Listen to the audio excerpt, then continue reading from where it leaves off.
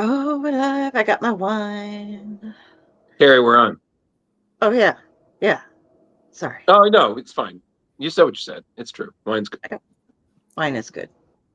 But you know what's Just better? Our guest. yeah, he's absolutely feral. He is. Yes. You know what? Let's just start it. That wasn't even a good joke. No. Leo, Sorry. push the damn button. Yeah, Push I the know. button, Leo. Hold on, having a Facebook issue. Hold on. Oh my God. You're embarrassing Okay. us in front of our guest, the creator who took time out of his schedule and stuff this.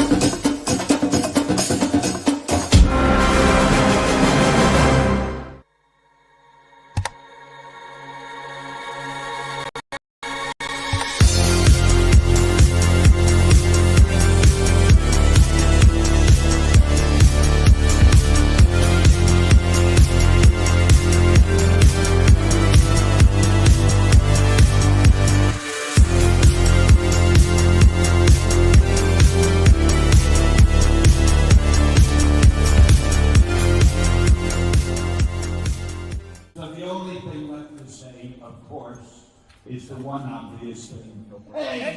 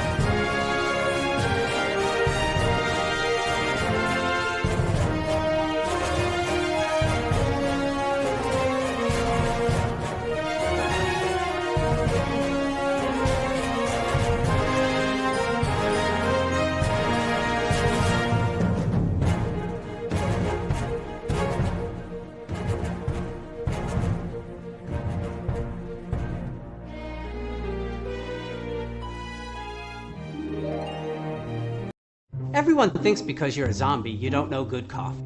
Well, they're wrong. There's only one brew that gets my seal of approval. Deadly Grounds coffee is my guilty pleasure. The aroma is so intoxicating. It brings all of my neighbors out of the woodwork. Deadly Grounds coffee. Coffee to die for and zombie approved. It's good to get a little deadly. Use the front door! Oh, they're so disgusting. Hey, happy Tuesday, everybody. You are watching Splash Pages. My name's Leo. I'm the monkey behind the keyboard here. We have an incredible show for you, as always. And with us, we have Kari.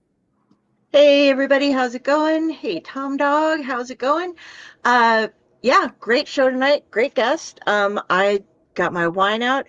Ratatosker's going for the makers tonight because some of the things we're discussing are rabies, and he thinks it might help. And even if it doesn't, it makes him feel better about it. But, you know, that's how things go. We have an excellent guest tonight who has great taste in music because I saw him bouncing his head around to our intro. He was just all happy with it. Great job there, Leo. But let's go to Drew so he can tell us how he's doing and introduce this wonderful person. And by the way, whiskey will kill everything. I don't know about rabies, though, but it's we can try. We can try. What? Drew. Oh, hello. Hello. I'm me. So first things first, I have to ask: does the hat work? Does it not? Does it work? Does it not? I've been debating this entire intro. It works. It works. I don't know. I like I feel like I feel like I look like someone who's about to flashback to a better time in history. Well, just make sure you're not on the corner yelling extra, extra. Leo, we're not even 5 minutes in, and I want to tell you to get out. Like, dear God. I mean, that is a Newsies hat. That's not no. That's not Leo's fault that you bought a Newsies hat. I haven't revealed to you yet, mysterious guest star who you've been advertising. Shh. Okay. Thank you. So, I'm doing well. Thank you, everybody. Welcome Tuesday yet again. You have decided to not renew your Hulu and join us, which we appreciate. But seriously, it's only $9.99 for no commercials, so get on that. But we have a great guest. He is fantastic. He's a wonderful creator. I got a chance to meet him once, and it was fantastic. So hoping for 2 in the future. Yeah, he's one of the co-creators of Stray Dogs. He's one of the co-creators for the absolutely beautiful, oddly touching yet traumatic series Feral, the hilarious but also heartwarming Local Man. He's working on some upcoming projects, especially I believe a upcoming Thing miniseries with Marvel, among other projects. He's also still working on Uncanny Valley with Dave Watcher. He's great. He's wonderful. He's got a sense of humor, and he's here. Everybody, the one, the only, it's Tony Fleecs. Hey, everybody. Thank you, Splash Pages, for having me back. Best intro in all of podcasting, I think. Oh, boy. Maybe the longest, for sure. Wow. This feels like Christmas Story. Like, man, accolades and praise before 40. Oh, boy. Oh, boy. Word Balloon has a similarly long intro, but I think I like the music in this one better. That's all Leo. Yeah, thank you. I was trying to go with a Superman-ish type of 1978. Yeah, without copyright infringement. It's we have it long for a reason because there's like sharing and stuff while it's running. So love it. Leo, he's already healed. You don't need to keep selling where he's here. We got him. Drew, how come your camera is sideways and everybody else's is the correct way? Why do you do that? Because he won't listen to me. I like to buck the system. Yeah. And I also like giving Leo opportunities to say, I told you so. Uh-huh. I just feel it works for his ego. And sometimes I like being stubborn in a way that works for the show. Right. And thank you for coming back as well. I appreciate your observational skills. I'll stop hassling you guys about your format now. It's fine. But no, please harass him because I've been on him about it, forever. We even spent weeks trying to get his laptop working, and it's what is it, an iPad? Is it a phone? It's a phone. Just go sideways, right?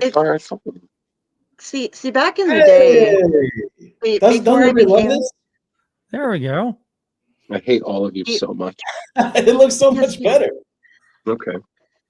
I'm annoyed back in the day when I first started watching the show before I became a member. The thing about Drew is he likes to move around. And so he'll have his phone and then he'll go over here. And so I would play a game called Drew Moves.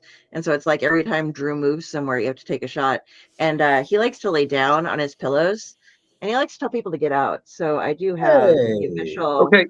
Okay. Listen, next time we have Tony, we'll do Splash Pages bingo. Okay. We'll make it a thing. All right. But that's not why we have him here. We have him here because he's been busy since the last time we saw him. That is true. Yeah. Okay, so Kari, knock it off. Okay, I put on my hat. Yeah. Okay. Yeah, but I was just answering the man's question. No, I understand that, Kari, and I appreciate your attention to detail. But let that little squirrel drink. Okay. To start up, Tony. Again, thank you for joining us. You've been busy, man. Yeah. And Leo, what would you like to start with? Because I feel like I could ask him a billion questions, and for once, I want to put you in the hot seat, big guy. Well, I mean, we can start. Like, what have you been working on since you left? I know we read a bunch of stuff, but it's hard for me to. I do so many podcasts. I can't remember what I've been working on since anything. I can tell you what I'm working on right now, though, is I'm writing Feral 13 and doing thumbnails for that, and this week I have to write Uncanny Valley, the finale, issue 10. Oh, man. Because Dave's coloring issue 9 right now. So I have to get that done for him. And then soon after that, I have to work on thing number 3. Nice. So yeah, that's what I'm working on currently. And then me and Tim Seeley have a new thing that is not announced yet, that we're kicking stuff around on. We're outlining and working on the issue of that. So yeah. Well, we have him coming on later in the year, so hopefully by then we're like, we're talking to Tony. He was saying some stuff. Do you have comment? He's like, no comment. I'm like, I know it. Well, I will say, because when we last had you and your collaborator Trish Forrester here, we talked about Stray Dogs, which is still an amazing book, and I'm continually hyping it to everyone who will listen to me about recommendations. Because some people are like, it's not Marvel and DC. I was like, contrary to popular belief, there are other companies at with least quality works. At least, right. Feral, man, you guys are just killing it. And I mean, like I said, like Stray Dogs, upon reading it, and I got it read in one shot, it broke me. But Feral it just feels like my bones reset, and then I get a new issue, and I'm like, snap. I'm like, God damn it. The pain. You guys are just killing it. Thanks, man. We're sort of learning as we're working on it. Like I said, I'm working on issue 13 right now, and Army of Darkness is the only other book I've ever done that had 13 issues.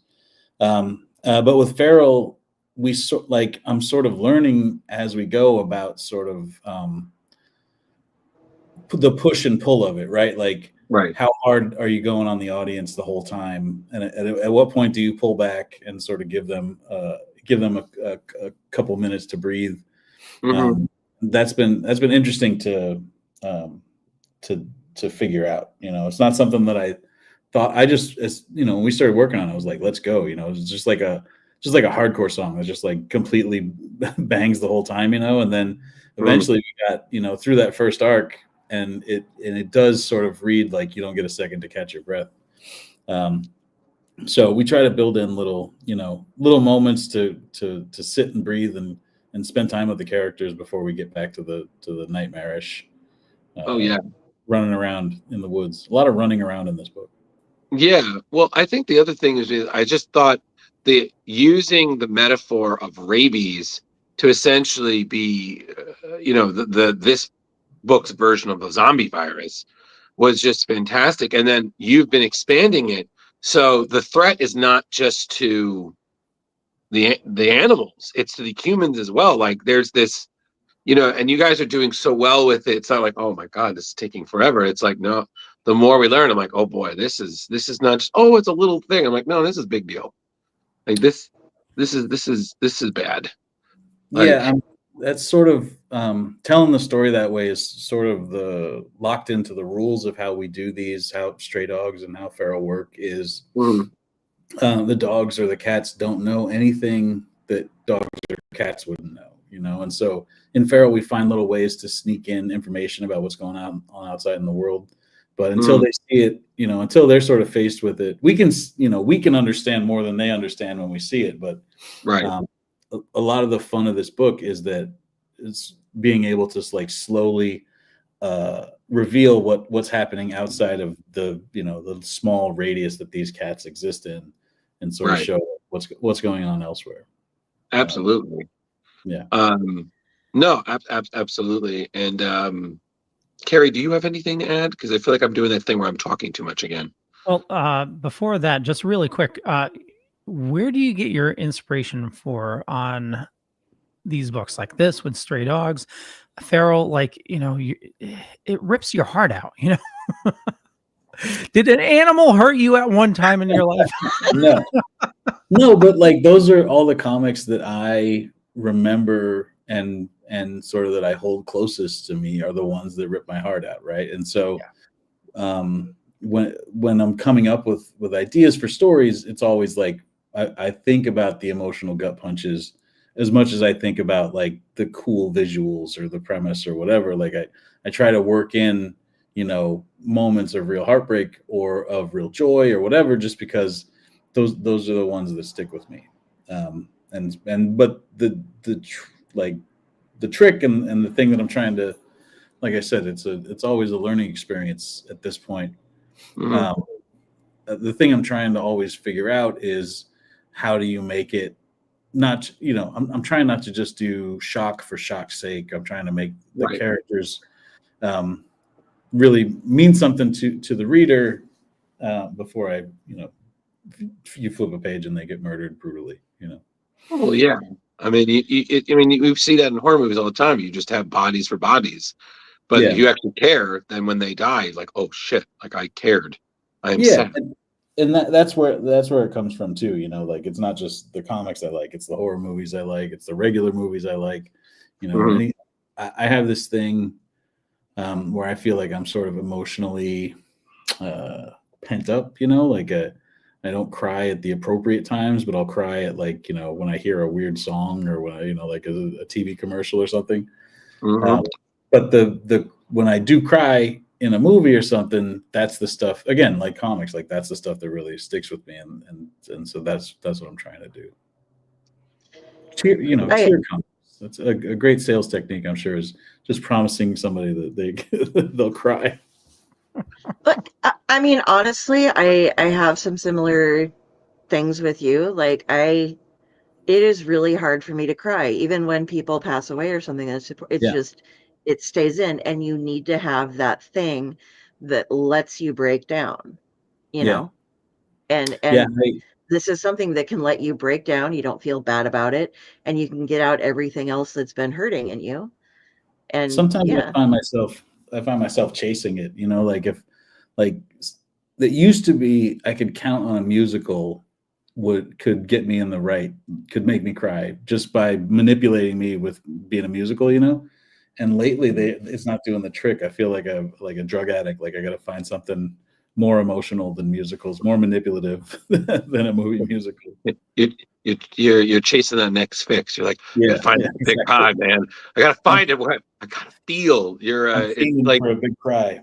Yeah, it's like what is it? DC Scarecrow. You know, he can't feel fear because he's so he's been exposed to the fear toxin so much. So he was like, I need Batman because Batman terrifies me. I need to feel. I'm like, oh my god, this is horrifying. But okay. Something besides just the oh no, I was just going to say, if you're looking for something to make you cry, you know, I shouldn't even say it, but I'm a dork anyway. The Luke Skywalker episode of Mandalorian. Oh my god! Like the first time he shows up. Yeah, holy crap! I just lost it. Like, I mean, that was a very fraught time as well. That we're still locked up indoors, I think, when that happened. That was I just needed some kind of win. At that moment. Was it post Rise of Skywalker too? Yes. Yep. Yeah. So it's just like, come on, just give me something. You know? No, I kind of get it because I think the same thing happened to me when I was watching Guardians 3. Mm-hmm. Like I did not expect that to rip me as much as it did. But I think it was funny because like the whole thing with, you know, and again, I don't care. It's been out long enough. So if you haven't watched it, hell with you. It's on Disney Plus. You have no excuses. Once it's on the Plus, man, you know, no complaints. But I mean, the stuff that happened with Rocket and his friends, you know, the sky is blue. I'm like, okay, hold on. That didn't break me. It was when Peter reunited with his grandfather. Yeah. I lost it.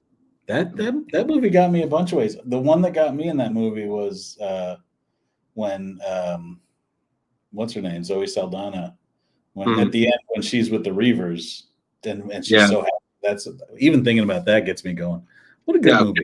It's okay. Just splash pages where we cry together. Hold on. I interrupted Kari twice. So I just want to make sure she. So Kari, you may speak twice now, so the scales are balanced. While you still have it in that area, Leo, on the comic, something I want to go back to, and you do focus a lot on the character development and what's going on. Leo, can you go back a page or two where the foxes first show up? In this area, and just right in there, you have, like you said, they're learning. You know, like the new cats are learning from the cats that have been out what are bad things, and why these animals are attacking them, and why they have like bad scent, and how not to do it. But you've done superhero comics and you've done all these other things, so it's like you've gotten really good at putting fight scenes together. And in these, I really appreciate what you do, because it can't just be a fight scene. They can't go and attack things. They have to run and strategically draw people away, because if you get infected, you know, then you're bad. And and they don't really get why they're having to run away, why they can't walk up and smack somebody, but it's just like, just trust us, just go, go, go, go, go.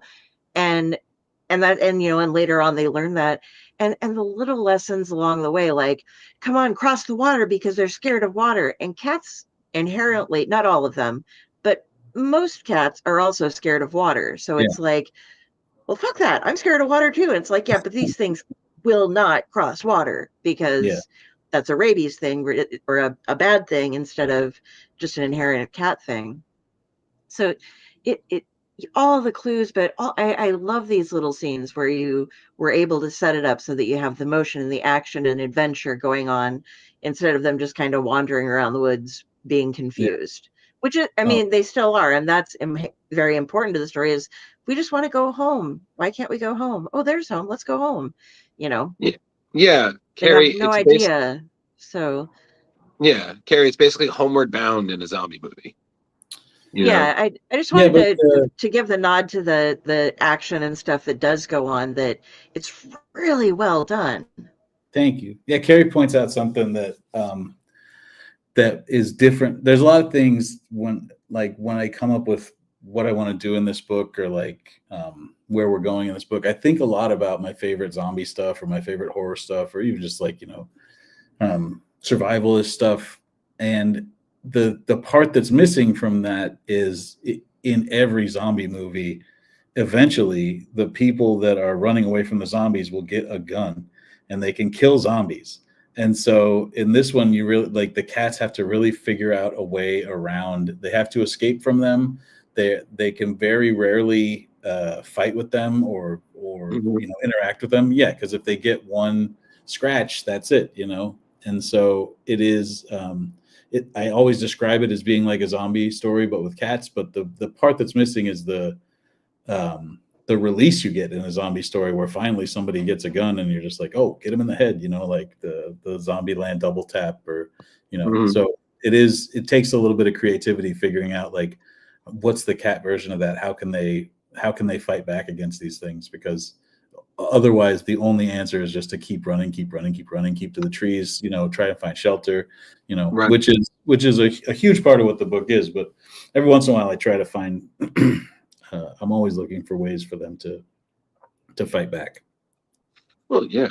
And then on top of it, you and Tris, just the emotion conveyed is just so fantastic. And it just really, when you have those emotional thumbtacks of the story, bam. And it really doesn't feel like a thumbtack, it's like a bullet to the chest. You're like, wow. What was it? It's when they're wandering to the forest and they find a home. I think it's and again, you think, oh my God. I was like, oh, come on. The book's going to be a little longer than this, right? But then it's like, yes, that, in the zombie movie, oh, we found sanctuary. And I'm like, did you though? Yeah. And then there's a winter from the cellar. Yeah. Okay. Well, horror movies have taught us, Leo, you cannot trust anything in a cellar, especially if there's wine. Just don't open the doors. Yeah, man. Okay. With wine. Okay, so is it far enough back that we can address when they find the house? I mean, okay, so it happened in the last panel of one. I can't remember which issue it was. 3. And okay, and that wasn't too far in. So okay, I just want to make sure that I'm not doing too many things that could be considered spoilers. So the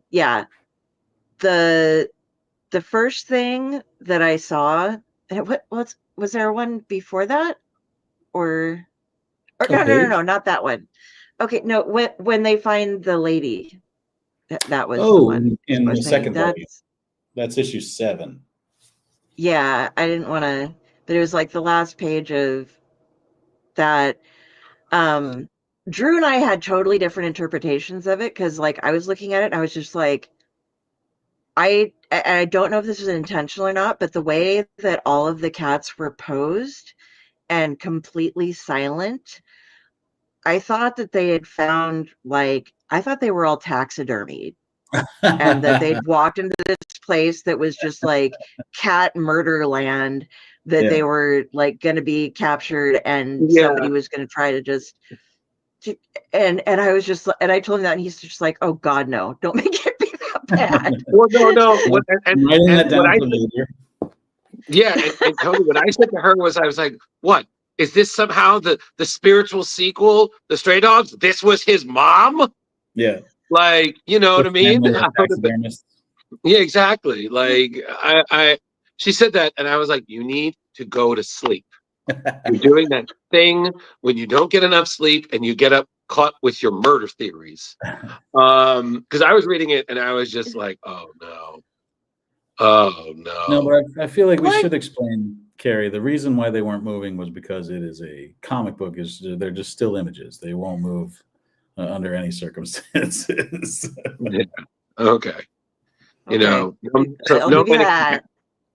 But they just all seem so perfectly poised, and like, you know, there wasn't like a meow hi. They don't say meow, but you know, sort of thing goes, "Come here, check this out." And it's like, safety. Oh, it's not really gonna be safety, guys.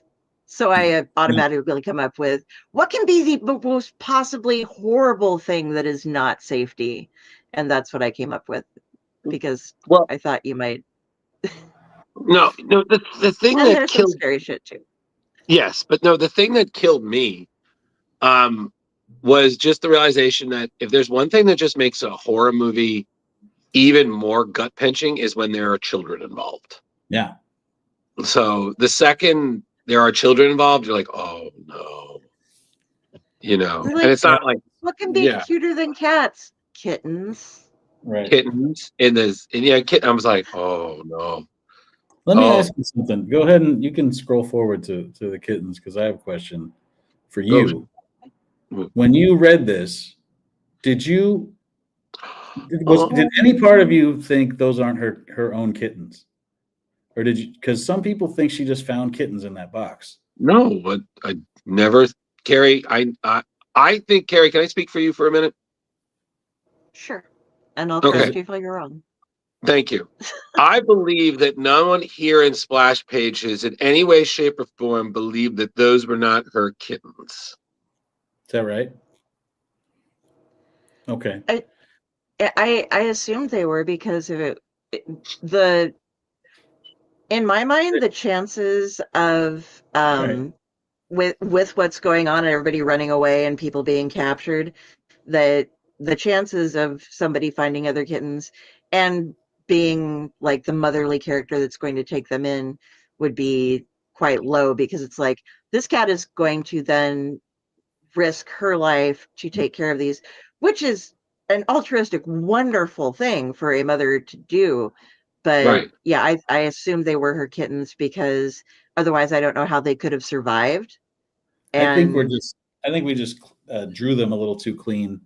And so a part of me wants to, if we reprint the trade, to put like a little bit of like goo and amniotic fluid and stuff.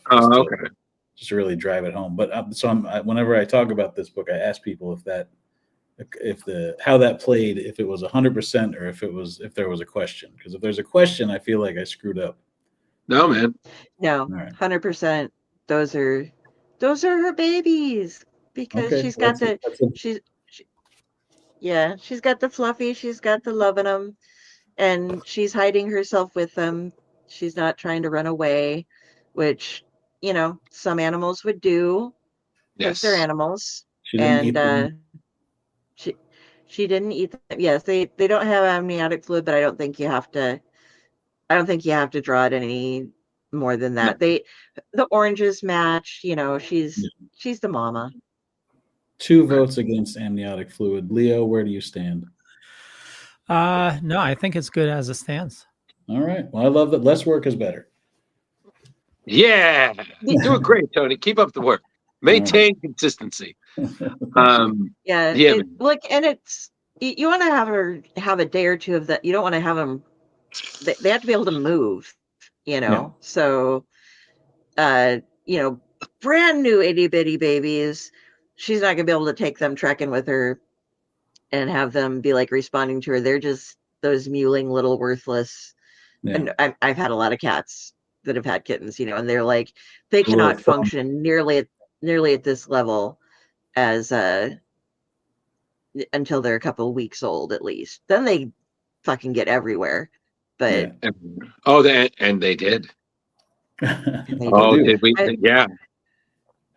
The kittens are they're my favorite part of writing this book at this point. Is I just like the scary stuff and the running around stuff is fun to do, but whenever I get to do a scene that have the kittens in it, I have the most fun.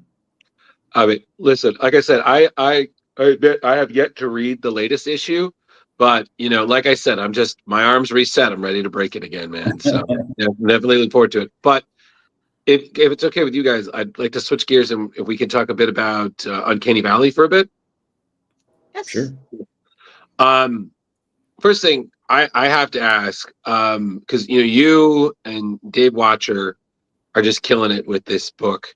Thank you. And like, what a love letter to, like, it's a mix of things like Who Framed Roger Rabbit, 80s, 90s, like Hanna-Barbera era cartoons. Like, just, oh my God. And then the covers were fantastic. You had top notch. So how did this come up, this idea, Uncanny Valley? I don't know if I have like a flux capacitor origin story for this one. It's one that I've been noodling around on for over 10 years. For a long time, I've been sort of messing with it and writing down I would write down little scenes or little bits of dialogue or ideas. Right. And I guess the original, there's a few things. I had read Planetary, and I don't know if it was the first or second time I read it, but I was just sort of enamored with the way in that book that Warren Ellis and John Cassaday made a world that existed alongside our world. In that case, it was just in our world, Right. It was all this pulp stuff and all this genre stuff that we think it just exists in like entertainment and stuff. And they're like, no, that exists because of this real thing. Like the stuff you see John Woo bullet ballet movies, or you see kaiju movies, or, Doc Savage novels, all that stuff is a reflection of these real things that are sort of hidden from public view. And I thought, I don't know why, but I thought that would be cool if it was cartoons. I guess I think that a lot of times because I obviously thought that about serial killers and about, zombies, like wouldn't it be cool if that was cartoons? I grew up really loving cartoons. I'm from a large family, and I'm the oldest of 5 kids. And so the whole time when I was growing up, I already was an artist and I loved drawing, and I wanted to be either a comic book artist or an animator. So I was pretty well obsessed with cartoons. But then even if I hadn't been, I had so many younger brothers and sisters that there was never a time where we'd all outgrown them. Like that was always just what was on, not just my childhood, but like my adolescence, post-adolescence, up until I left for college. And then at that point, it was just like the cartoons existed everywhere. Right. There was Cartoon Network and yeah. But do you ever outgrow cartoons? I mean, no. I think you used to, before there was like The Simpsons, and before there was sort of like this adult, anime, and we had Flintstones. That was prime time. Sure, that's my mother is at the exact age range to where they didn't have adult level cartoons, and so she remembers. That mom's not ancient or anything, but she remembers like the older ones, and then it was like she doesn't understand, like, why would you watch The Simpsons? Why would you watch any of these cartoons? You're grown up. And I'm like, they're written for grown-ups. Well, that's just stupid.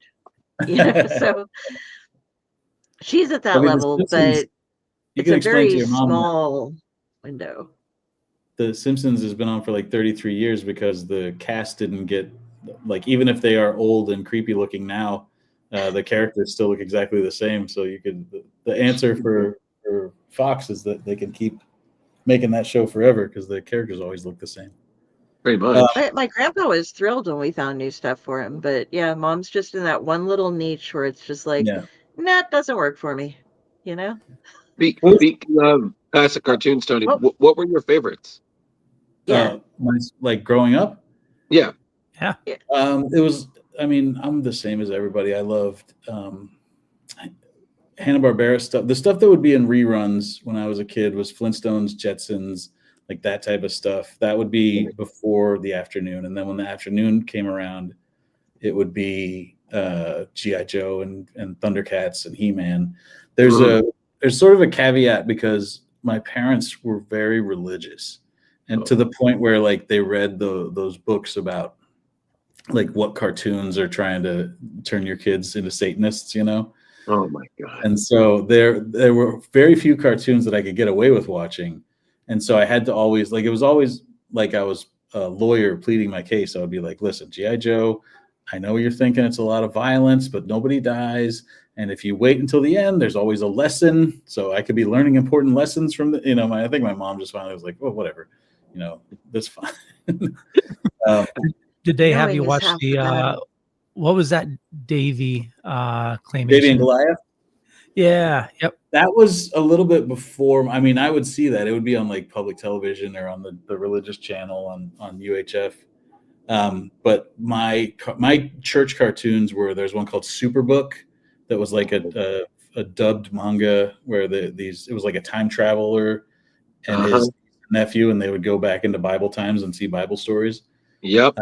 And then there was a Uncanny Valley like one called McGee and Me, about a kid who had like a cartoon imaginary best friend, and he would draw his best friend McGee, and then he would go have his normal life. It was mostly live action, but then whenever the kid would need to learn a lesson, McGee would pop up, and we'd do a flashback to Bible times with McGee, and he would learn a lesson from that. So that was. I have to remember. Sorry. Go ahead. Oh no, I was just saying I have to remember you were born in the same month as my little sister, so I have to like think back on like what she was into when Was she into McGee and Me? That would be crazy. No, no, I have not heard of that. I've never met anyone who's heard of it. Our Bible stuff in Nebraska apparently was much different. We did have Davy and Goliath, but we had that was pretty much it. We had like one thing where a lady would tell stories, and like everybody in every Sunday school class across the state would like draw pictures of the same thing, and she would just like go on the wall. And then like one time my stepbrother and stepsister had their art on the wall, and because they went to that church. But yeah, we didn't really have the cartoons for churchy stuff. Did we talk about this last time? Where in Nebraska? Currently I'm in Lincoln. I grew up in Hooper, which is a super small town, but I've been in Lincoln now for about half my life. So my family is from Gibbon, which is near Kearney, and then I went to school at UNK. So yeah, my mom too, and then Sutherland, which is near North Platte, so like the other side. But the family that lives there now is all Lincoln and Omaha. So we just came through. I was at Rainbow Comics in Lincoln, I believe. I'm gonna be going there this free comic book day. There's I usually have Trade Tape in Rainbow, and then this year I'm also going into Omaha because Cullen Bunn's gonna be doing a signing at one of the Omaha comic book shops for free comic book day. So I'm getting the 3 this year. Yeah. We stopped at Trade Tape, and that place ruled as well. Those guys have been very cool to us. I like them. Yeah. Well, if you're coming through again, hit me up. We'll go grab some coffee or something. It'll be great. I'm gonna be throw books at you. I'm gonna be at the Grand Island Comic-Con here in a couple of months. That's another Comic-Con that's coming up. I'm going to that, so I will get you there. Nice. Well, yeah. All right, that's enough Nebraska talk. Friendship. No, that, and by the way, Tony, everything you're saying, I grew up watching a lot of Cartoon Network, and on Sundays they would always have Boomerang. Yeah. That's how I got the crash course on a lot of classic Hanna-Barbera. So I'll throw out the references. Like, how do you know that? I'm like, Boomerang. Like, that's how I know. It's how I know who Jabberjaw and Wacky Races and the Herculoids and Space Ghost before he was Coast to Coast. Yeah. All of them.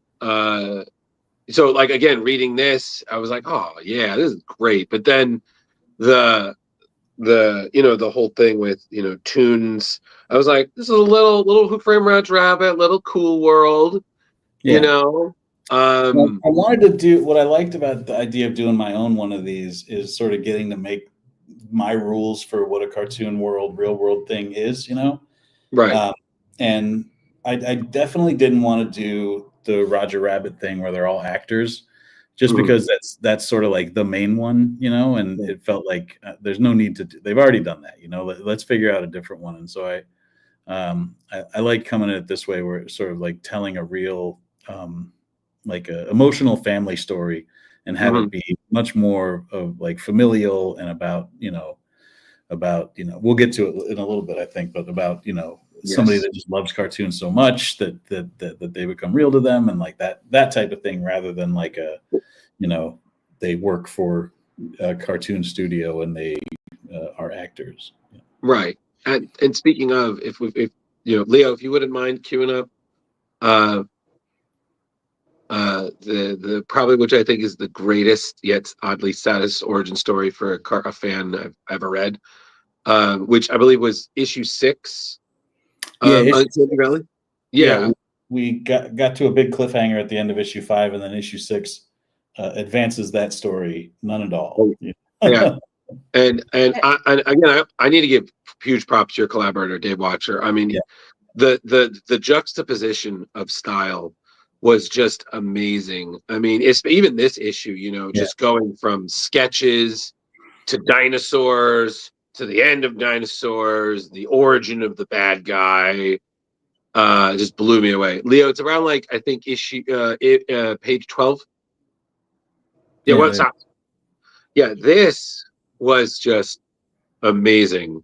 Just this story of this isolated girl who she doesn't really have much going on, so she has to kind of observe the world from a bubble, and in that bubble there are, next place page, there are cartoons.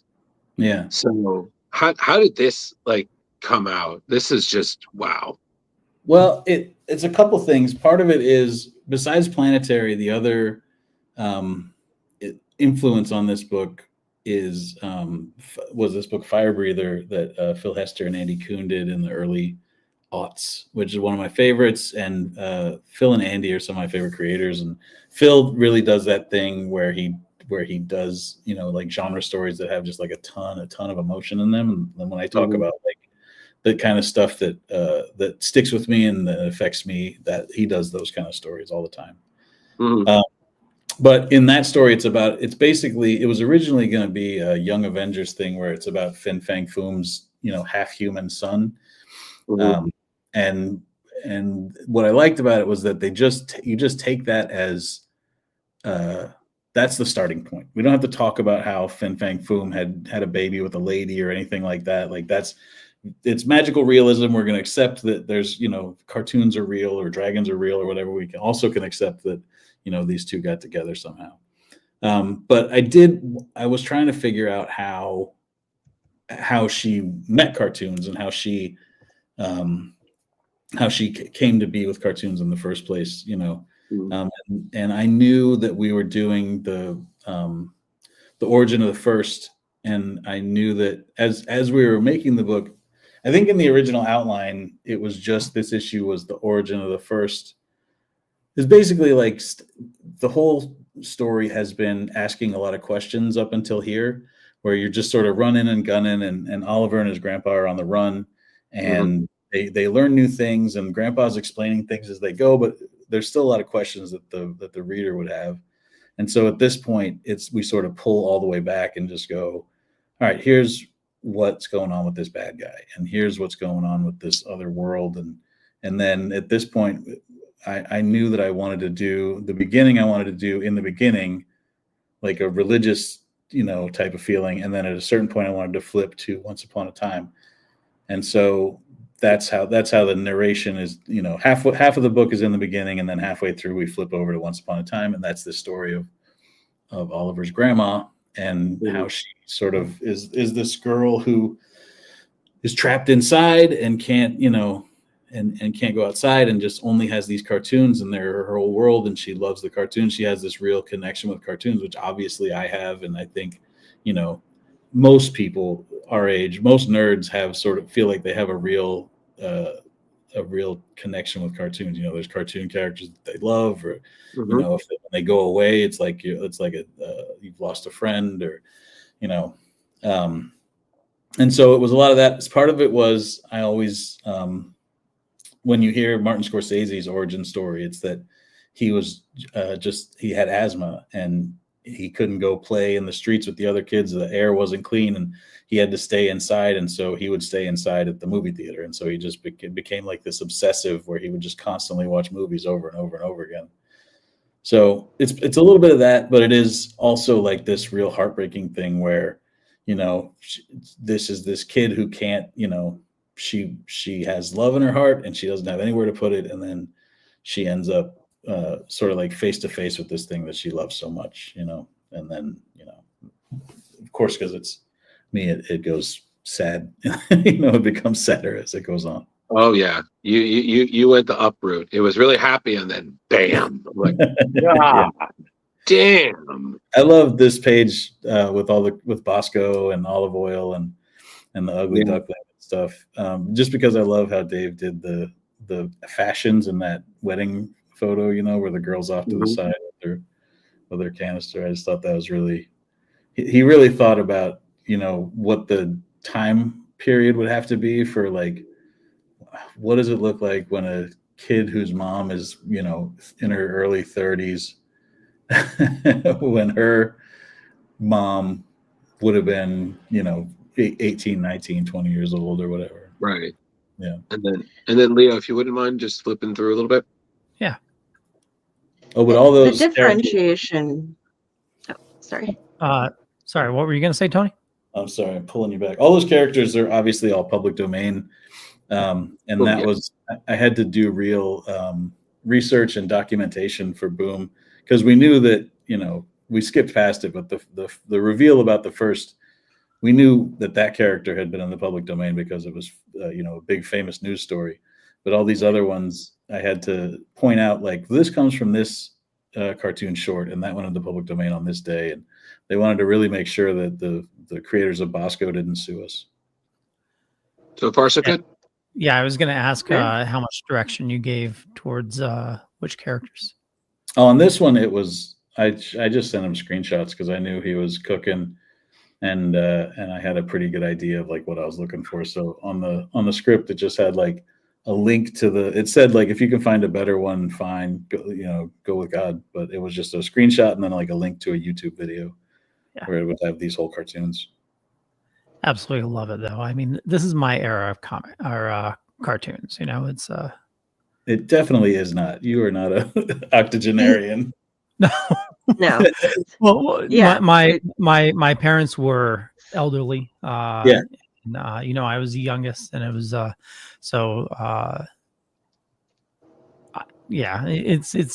not. I just turned 50 this year, so it's, okay. Yeah. I'm glad. There's a lot of reruns I watched, but yeah. Leo ages incredibly well. He does. It's insane. My dad watched a lot of the older cartoons. That was our time. It's I didn't spend too much time with my dad, but it's when he was watching cartoons, I was watching cartoons. So we had. So before Cartoon Network and before cable, we had those. They would sell at like Walgreens the 6 hour, where just like cartoon classics or whatever, and those things were $5. And we could, because a Disney movie was like $20. Right. And so our parents, they love Disney. So they had most of it. They would always be down to get us a Disney cartoon, but it's not like they were going to get us everything. But they could be convinced pretty easily to get us 6 hours of public domain cartoons for $5. And so we saw all of these are ones that me and my brothers and sisters would have watched as well. Yeah. Nice.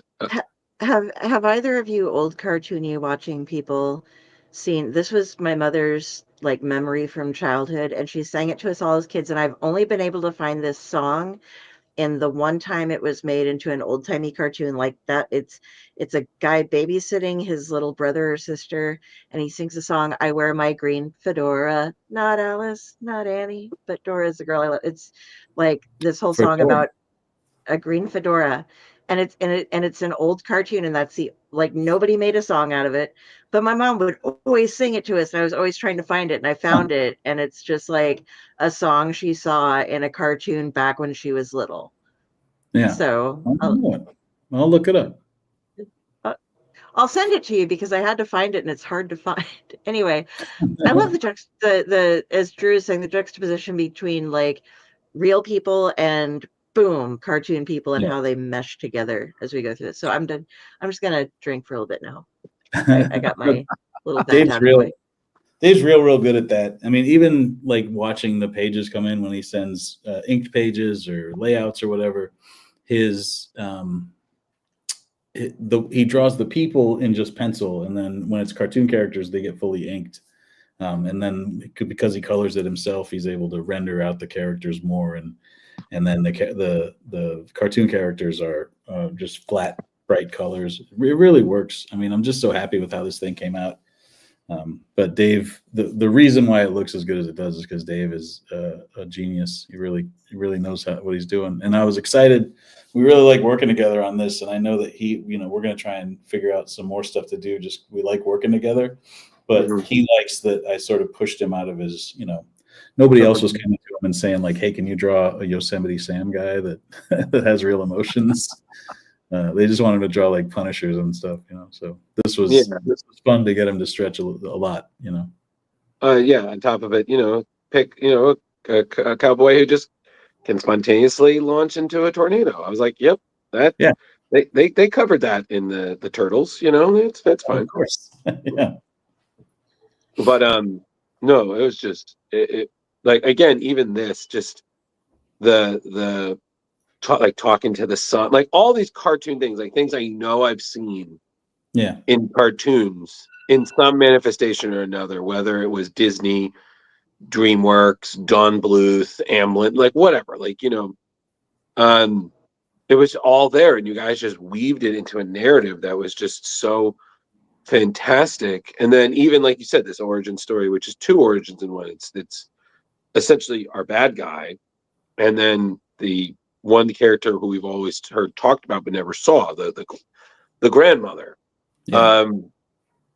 Like you just, if you zoom in, I don't know if you can zoom in on this thing, but there's a photo over that Dr. Cow's shoulder that makes me laugh every time I see it, just because Dave drew this very adorable picture of those two together, like Pecos Pete and Margaret's mom, Olivia.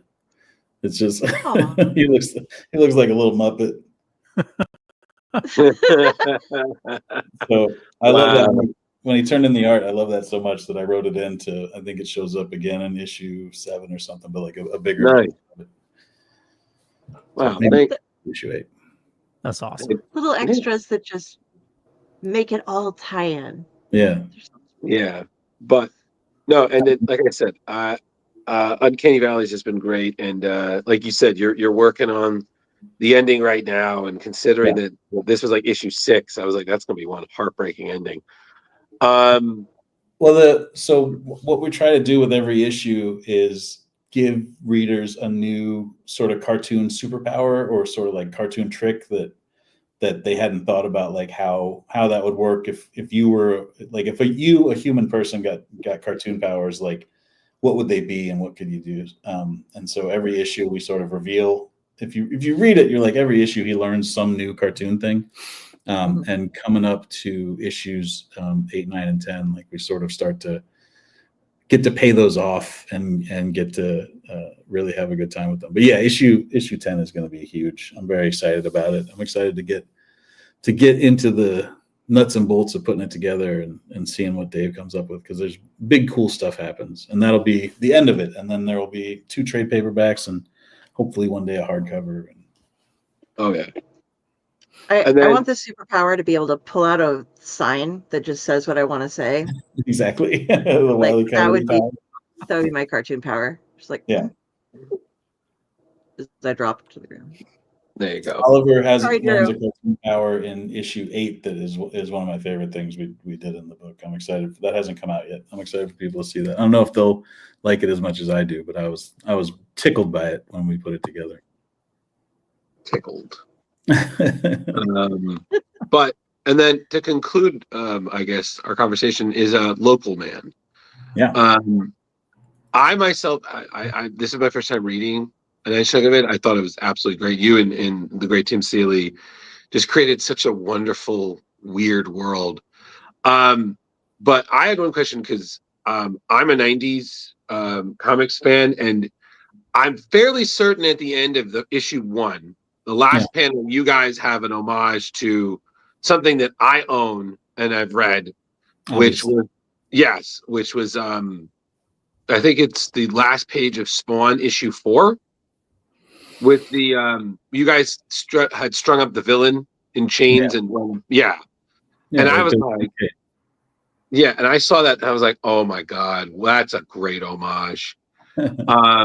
Were you like things like that? Was that part of the plan? Was that the nice?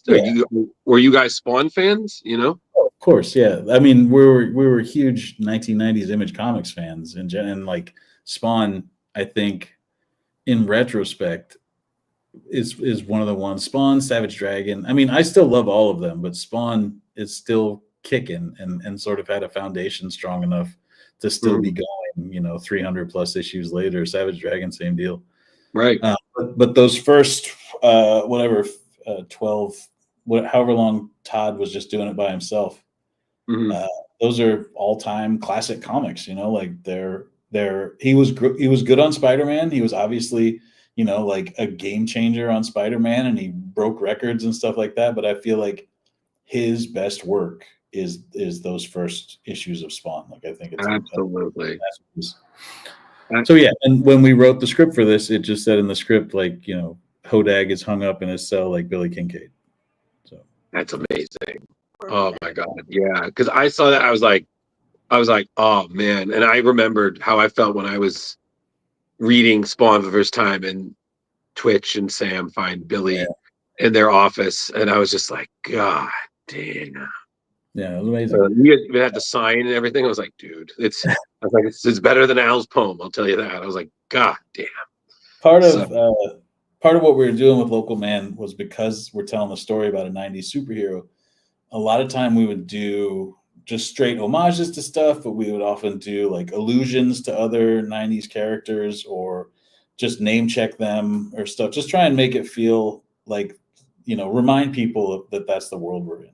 Or when Tim would do these backup stories, you know, he's just drawing in his, you know, like most 90s style possible. And we would talk about, you know, like visual tropes that they would do in the 90s. There's one, I think, in like issue 4 of this arc where we just do like a huge face where it's like half a face. It was a real Todd McFarlane would do it all the time, and Silvestri would do it sometimes, where you could just fill up half a page with having just like a tall panel of half a face.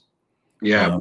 So we would just try and do stuff like that. And then when I would do these parts, the Farmington parts, it was a lot about trying to make all that feel like it fit into the world and like it was this grounded thing. Okay. Absolutely. My favorite character.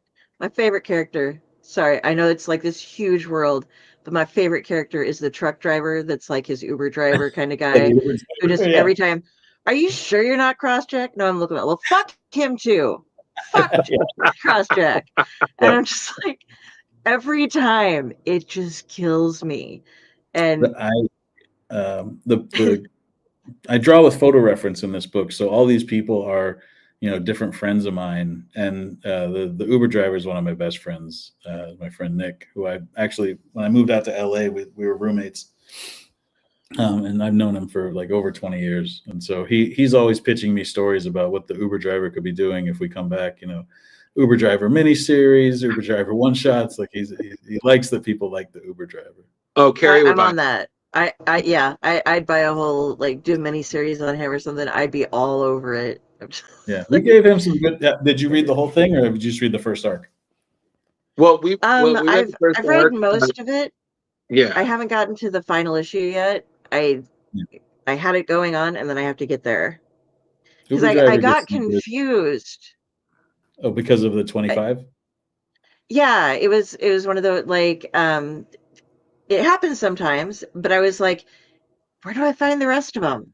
Yeah. I can't just jump to the last one. I gotta find, and then okay, yeah. So you did succeed in confusing me by jumping ahead 12 or 10 issues. Yeah, it's we went from 13 to 25, so 12 or 12. issues a year. Okay, I was right the first time. Yeah. Yeah, that was another thing we ripped off from the early 90s Image books, because they did that pretty early on, around when those books, when like Stormwatch and Brigade and Bloodshot all hit Supreme, when they all hit issue 12, they jumped forward to issue 25 and did this Images of Tomorrow thing. And we thought, when we were wrapping up the series for now, we thought like, well, the coolest way to do like a coda issue or like a finale issue would be to jump forward into the future. Absolutely. Mahana also would totally read a one shot about what the driver does during other times. All right, we'll do more. Awesome. I mean, Tony, you understand that's literally what happened. Is she was like, Aspen was like, you know what happened to the rest of it? And I was like, one, I'm still reading it, and two, like the story concluded, and I had to say it like that because I was like, books come back. Yeah. And with Local Man, every book is basically 2 books, because you get this at so you're reading like what's happening and what happened. So yeah, if you're reading it in issues, it's a flip book, and if you're reading it in trades, it's every issue has a backup story. And that was sort of the original concept of the book, was that me and Tim were both writer artists, and we could come together and make something where we would both write and draw. And I described it earlier this week as sort of like when you hear about how Robert Rodriguez made El Mariachi, he was like, oh, I got a guitar case and I got a turtle and I got some old guns and stuff. And he's like, what can I make with all that stuff? And that was sort of how this book was. It was like, well, I can draw like this sort of. And Seeley was like, oh, I can do like my 90s, because he drew Wildcats, like I can do a real 90s sort of like over the top thing. And we both can write it. And so it was about, using all the stuff that we had.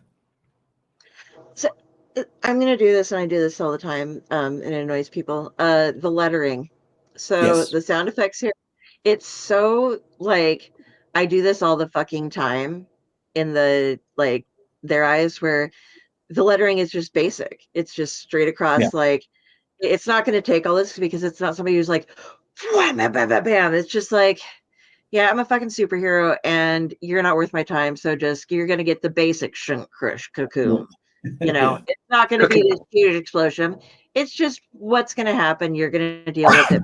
At least I hope that's what you're going for, because that's what it felt like. Was like, you aren't worth the time for me to put like any more effort than the basics into my fighting you, because I can just. Well, you're very astute, and you're coming up on. You're going to see it, because I also letter all the books, but I don't take a credit. But you see here, we switch to the more bouncy, fun, like imagey sound effect. And that happens when because that panel is also drawn by Seeley. Whenever Crossjack sort of starts to feel heroic or starts to feel that old feeling, we have Tim draw it. And that keeps up through the course of the whole series. Like the panels will switch back and forth, where Tim's not just drawing the flashbacks. Sometimes he draws panels in the main story. And so, the regular everyday sound effects are these, just the sort of like light yellow, like whatever that is, Helvetica or Swiss. And then whenever it's like real superhero-y stuff, then we get like a real big sound effect. Oh, no. You did put effort into this action. Thank you. Yeah. I'm glad you noticed. I appreciate you. Oh, yeah. I appreciate you. She does.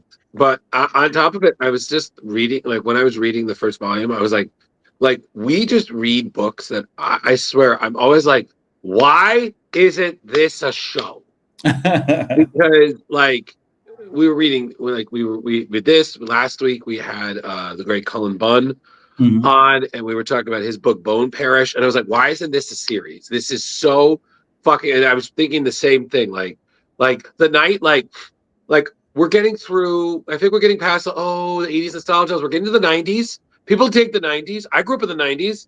I'm reading this. I'm like, yes, Why isn't this a show? This is perfect. It's got superheroes. It's got 90s. It's got people. You know, there's language. There's sex jokes. Like, sure. Yeah, absolutely. Like this is just 90s fanboy nostalgia superhero supreme. So one, like, wow, like I really hope one day we'll get a local man show. That would be amazing. Then the second question I had is a separate one.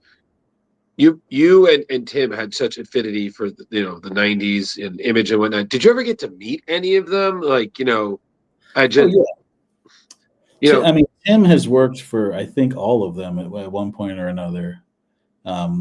He worked for Rob on the 2012 Extreme relaunch. He did Bloodstrike, and he, like I say, he drew Wildcats, and he's writing stuff for McFarlane right now. Mm-hmm.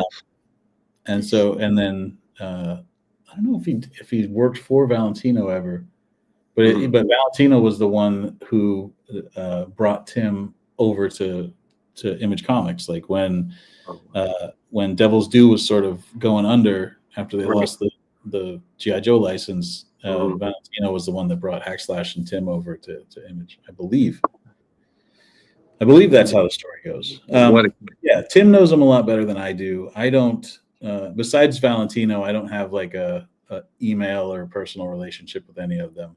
But that's kind of okay with me because they're all so special to me that I would prefer to just have that. Like, I love the relationship that I have in my heart with, Mark Silvestri and Rob Liefeld. And I have a feeling if I had like a real relationship with them, it would suck. So, there's, they are very sweet to their fans and stuff, but I just, I can't imagine it being better than the way that their art made me feel, Respect. Yeah. Respect. So speaking of art, what do you have back on your wall there? Is this family is just pictures my or is this stuff. This is a Madonna that was at my grandparents' house, and it just sort of looks like Nicolas Cage. And then, oh no! But everybody in my family knows that painting. So when my grandparents passed away, I inherited. I wanted that. That's all I wanted. And then there's portraits of dogs that have passed away, old dogs, and then just family stuff, some art. Oh, okay. And there's a painting. I saw a bride and I saw a dog, and I was just like, maybe like I don't know. It's very on brand. It's dogs, it's horror, it's all the stuff that I like. That could be Nick Cage, because we sorry, I'm thinking of Keanu. Keanu is immortal. I don't know if Nick Cage No, but Nick Cage was Dracula at one point, So how did you confuse Nicolas Cage with Keanu Reeves? Yeah. Two amazing, handsome action stars. It sounds but it's funny because you could say that my brain was just kind of finding like the right joke to say like a Nick Cage impression, like, what do you mean? We've got to go to Nazareth, just well, I'm not going to cut that short because someone in our room is not the greatest Nicolas Cage fan, so I do not want to catch any of those squirrel hands. Especially since it's right above me and we are talking about a thing where cartoon characters can pierce the worlds of physical reality. Stop it. I see you up there. Watching you, little psychopath nut machine. No, that's just no. But point is, local man. If that's ever a show, holy crap, that would be awesome. So yeah, I would love that too. I guess we Tim and I keep making the project we're working on now is also sort of a combination of things that you wouldn't necessarily think would go together, and I always think that that's the kind of stuff that I love and that I love to make, but it also feels like it's I'm not making the stuff that you could just sell easily in Hollywood, where they would just go like, oh, sure, a 1990s Image Comics superhero, everyone understands that, like there's a little bit of ground you have to cover to explain to people what it is. In a comic shop, it's a little bit easier, but out in the real world, it's a bit more like you have to be like, all right, so Deadpool, right? Well, so Yeah, after he created Deadpool, that guy went and made this other thing, and all the best guys in comics went and made this other thing, and it all looked crazy like this. So it's I would love for it to be a show, but obviously we made it to be a comic. Like it is so much a comic that like the format of it is important. Flip over of it. There's the issue where we have a guy walk, through the ads into the backup story, and so there's we were trying to make like the most comic book we could. You did a great job, Ed. Thank you. I mean, the thing about like Farger's Law of Science Fiction, everything that's happening is happening now. So right now we're dealing with all these like trademark disputes and all of that kind of stuff. And then you go back and you learn like the major good guy is really not that good of a guy if you're reading the side issues on everything. It's like, go Christianity, we're gonna murder for God, and like that kind of stuff is relevant right now. All of it is very relevant right now. So I think it's getting more relevant, weirdly enough. So if you predict it, you better start writing some more, because I don't want the end of days to come around just yet. What if hopefully I'm not predicting it. Hopefully it's not like a Death Note situation where I'm writing it into existence. That was not my intention. Kari, watch Death Note. I love you. Kari, I'm sorry. When you kept saying that, and we're here now, I had a Spaceballs moment, and I was just like, no. And I was like, I'm going to let her finish her thought. I'm not going to interrupt with this wonderful part, because you're like, we're in now. We're in now. We got to go back to then. I was like, no, we don't have the time. We're running. I was like, no, we don't have time for Mel Brooks tomfoolery. I mean, yet if we don't, when? You want to do this before would have been better, but before is over. So now would be good. 12-ounce mouse. I just keep quoting that lately. Well, Netflix keeps on taking shots at indie comics, so you never know. It may, they may come up. Yeah, it's okay. We've seen what Davy and Goliath can do, so you never know. Little, it's a super book. Who knows? But we are coming up on near the end of our time with you, Tony. So does anybody have any other questions before we kind of wrap it up? Leo? Well, I have my regular question, and I most likely asked you last time, Tony. But just for regular sake, what do you dork out about when you're not writing or drawing? What passes your what do you do to pass time? I'm mostly just either I'm working, like making stuff, or I'm reading comics, or I'm watching movies. Like I don't do too much. I hang out with my dog, and I read stuff, and I watch movies. But I guess the dorkiest thing is that I have just like a compulsive book and movie habit where I still get DVDs and physical media and stuff, and so I just have tons and tons of that stuff, and I really get into like the like Severin and Vinegar Syndrome, and sort of like the horror movies that come from the boutique publishers, Arrow and that type of stuff.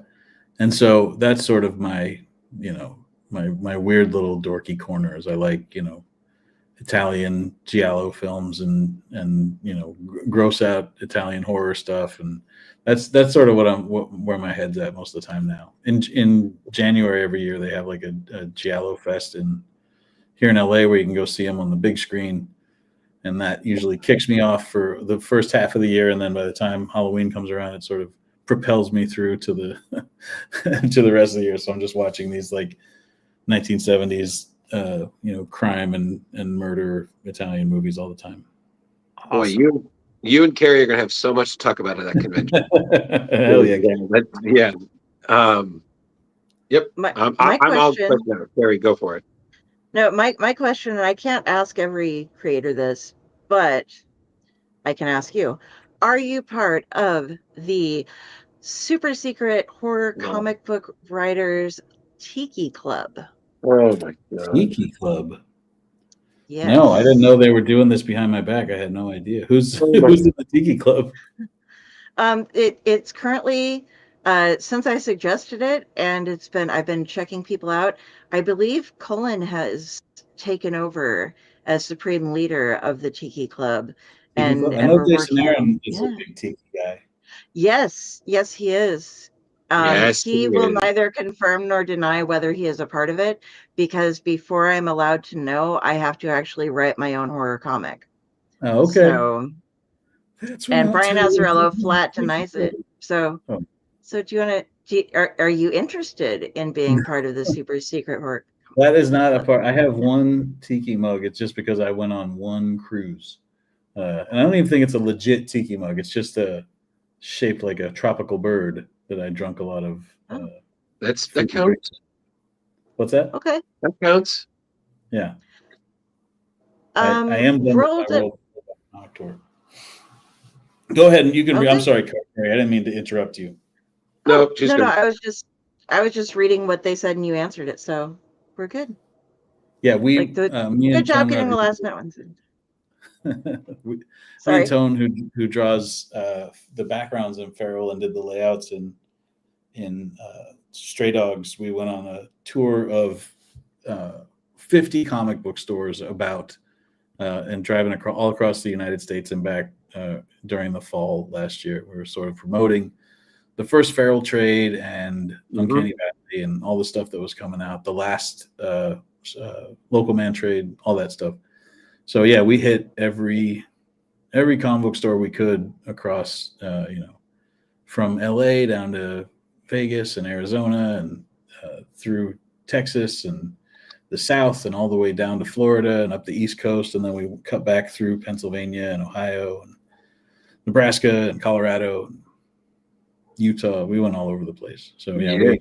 We were really on the road. We were staying in some very questionable hotels, and it's a miracle that I did not bring bed bugs. Yeah.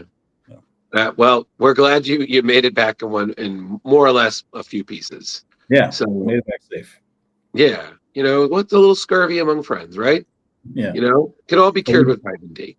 We definitely caught COVID right at the very end. That was it was like COVID waited for us to get within 600 miles of home, and then it was just like, you have fun. I got you a souvenir. COVID. I couldn't even be mad. We had shook so many hands. Like it was like we were daring COVID, Well, glad you're feeling better. Yeah, doing better. Yeah. Well, like I said, since we're wrapping up our time with you, thank you again. So before we have you go, what are the best social media for anybody if they want to reach out, interact, see what you're up to? And then what conventions are you doing that anyone watching or whatnot could meet you and shake your hand and hopefully not tempt you with more COVID? I'm going to be at Emerald City Comic Con.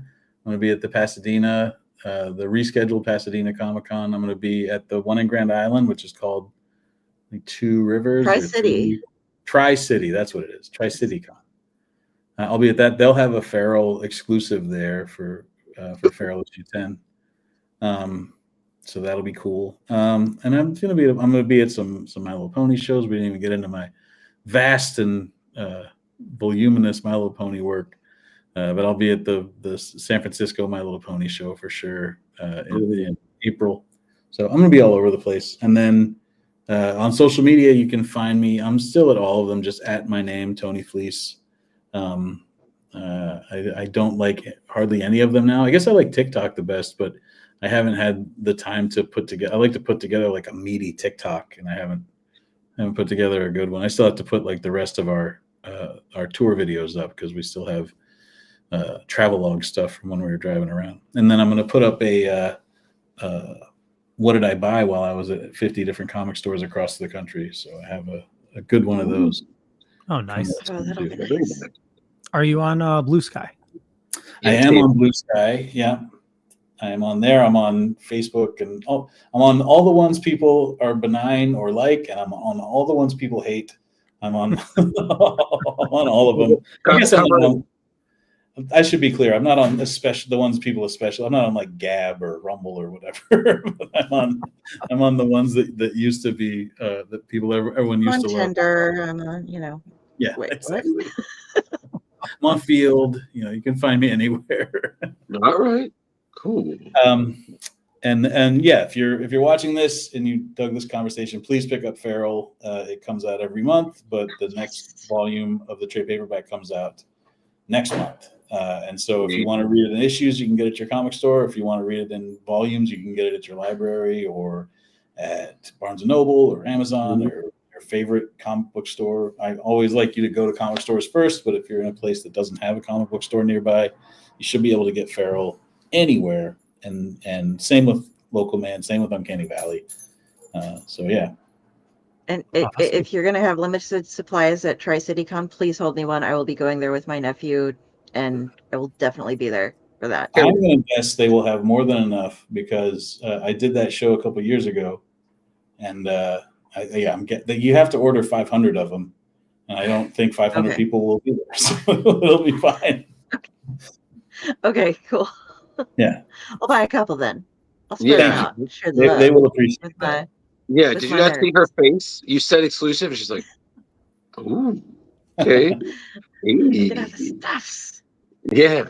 Well, Tony, thank you again for joining us, man. It was a real delight, and just keep up the great work. Like, we can't wait to see how many more hearts you break with Feral, and then the ending for Uncanny Valley.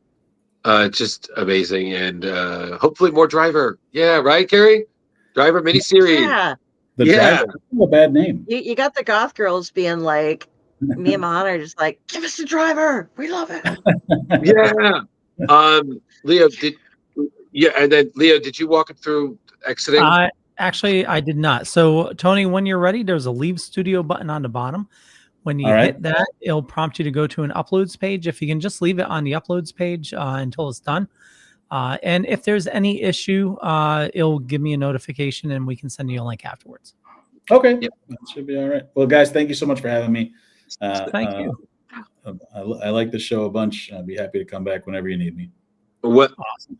We will let you know, especially when you and our future guest Tim Seeley announce this new Heyday project. We'll be like, well, we know him. So yeah, it's summertime. We'll talk in the summer.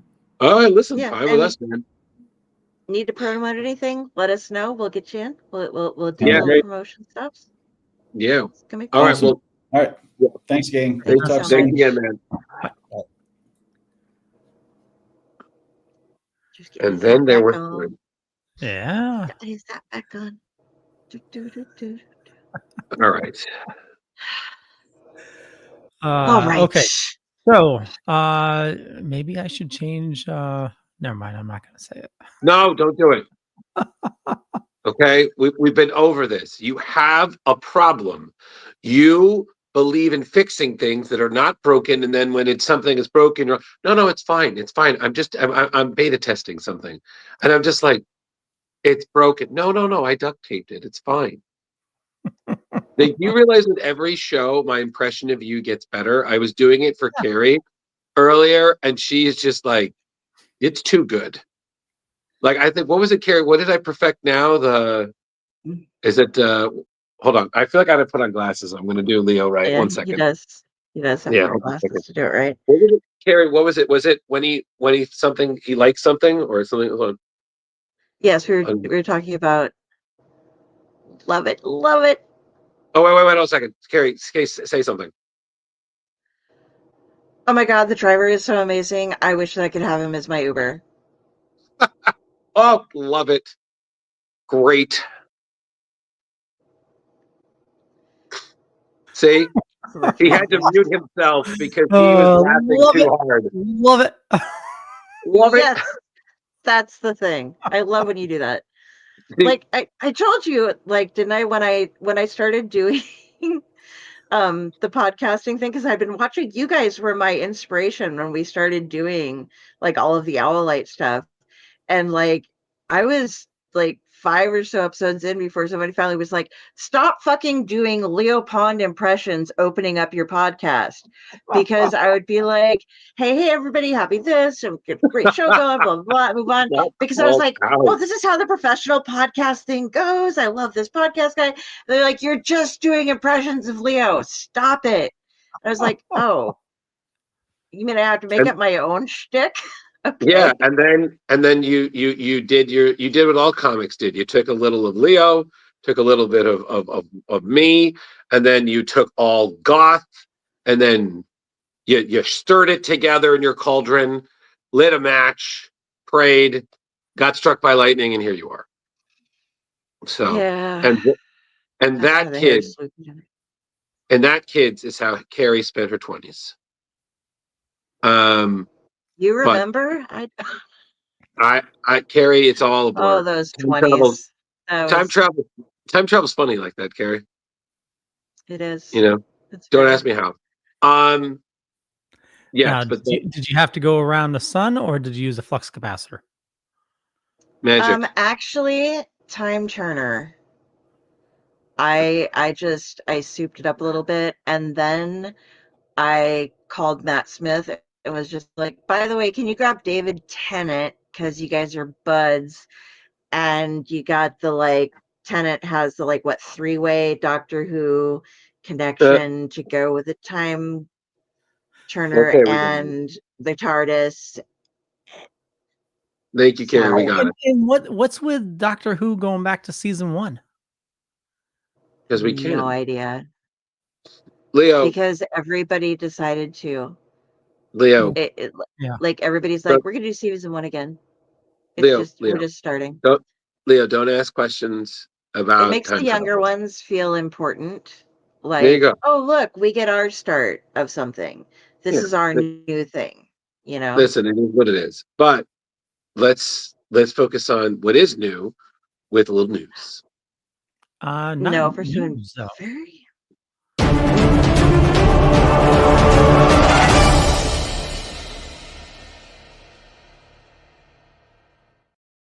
Oh, right. Yeah, this. Can't do the news yet because you haven't said extra. yeah. You know, it is the first anniversary of Drew's News. I got that notification in Oh, my On This Day stuff. So oh my God. Yes, yes. I believe the other cheery goth who's probably watching and will chime in at any time now verifying that that is true. That I'm just going to pause for a second. All right, yeah, she'll show up eventually. Trying to prompt people to do things is tricky. yeah. Yes, I saw that, and I was like, oh God. So, All right. but Kari, take it away. Okay, so I got Variant Watch this week. All right. First up here on Variant Watch is the Fantastic Four fanfare. So with everything coming up Doom this year at Marvel, the Fantastic Four are going to be getting a lot of representation as well. Cue Fantastic Four fanfare. Marvel has nabbed creators Jonathan Hickman, Mark Waid, Dan Slott, Alan Davis, and J. Michael Straczynski to write up stories for a 4-part limited series with each issue focusing on one of the family. These stories will be great for longtime fans, as well as those who are just learning about the 4 friends who gain their powers from a stolen spaceship, bad shielding, cosmic rays, and a crash landing. How The come I series is feel going to have it. I feel attacked. 4 friends. Stolen spaceship, Cosmic bad Ray. shielding, cosmic rays. So I Crash missed some of landing. that. I didn't know it was a stolen spaceship. I knew there Okay. were like cosmic rays or something. Something You in had to space. know this was coming. So anyway, the series has these 4 variant covers that are done by Nicoletta Baldari, and they're connective covers, but they connect vertically instead of Ooh, horizontally. So you wow. can check out each of these. The first one goes on sale on May 7th, and then monthly releases for the next. They haven't given the exact date. But in this last one here that I put up, Mhm. you should be able, if you can get into it, like if you can scroll in on that and go up to the top and just scroll down, it's pretty damn cool. Like I don't know if you can or not. I'm not sure what you, but yeah, like Nice. Just it's scroll just like, down. yeah, you look at it and be like, yeah. Wow, that is different and very cool. Because It's cool, but there are some people that like to like put the comics together and put them out as a poster. Like right. this Well, would be you can kind put of them that way, difficult. and then you could have like one down. It can go down the middle of other things going side to side, like have something big and then have that just run down the middle of it. I've never really seen them attempt this way before. So yeah, it's something different. And it's beautiful style. I mean, fantastic. Okay, very nice. Absolutely.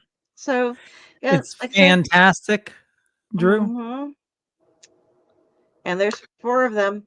Hold on a second. There's no redemption for you. So no amount of puns can redeem you for your lapse in comic book knowledge, oh Pondy one. So just accept your fate. So speaking you're not of the only one who has t-shirts made. It's okay, Leo. It's okay, Leo. But speaking of accepting fate with humor, I believe the next one, Kari, is quite humorous. Yes, we're gonna do some Deadpool April Fool.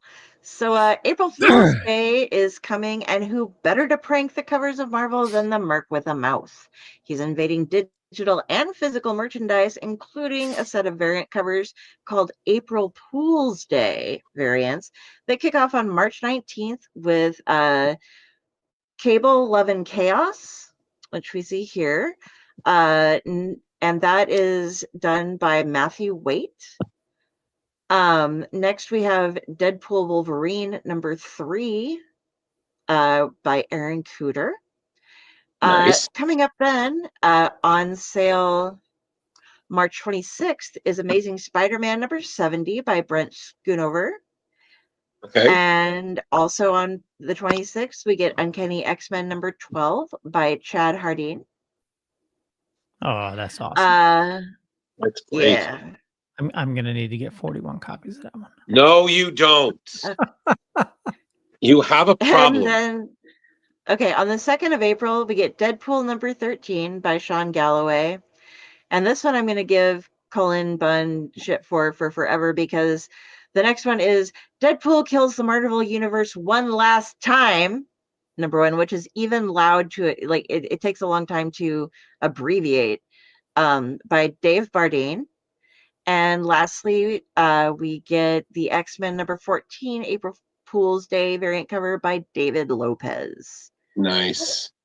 So, yeah, if you're into Deadpool, go get you some covers, and you probably might as well for the Deadpool Kills the Marvel Universe One Last Time, just because it's fun. And yes, Tom, and you're going to get smacked upside the head the next time I'm on a show with you too, just for that. God damn it, Tom. What did he say? Don't encourage. No. Leo's not even paying attention. What? Oh, I was I was loading the next images. But... yeah, I know. Damn it, Tom. You have one job. Damn it, Tom. We love you, Tom Dog. All right. On this, the anniversary of... do it. Drew's News, exciting tales, fresh comic views. In the pages, heroes fly, villains plot under the sky. From Gotham's dark to Metropolis views, we cover stories old and new. Drew's News, your daily source for comic clues. Join the fun, it's a heroic cruise in the world of Drew's Comic News. Extra, read all about it.